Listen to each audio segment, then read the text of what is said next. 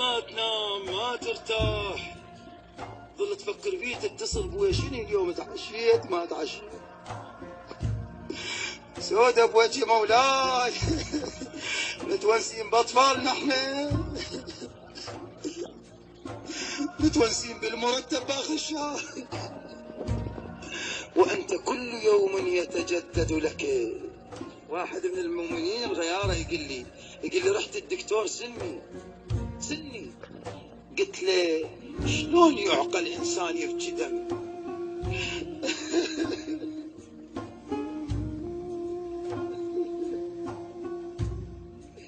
دكتور سني اخوان، يقول له طبيعيه. قال له شلون؟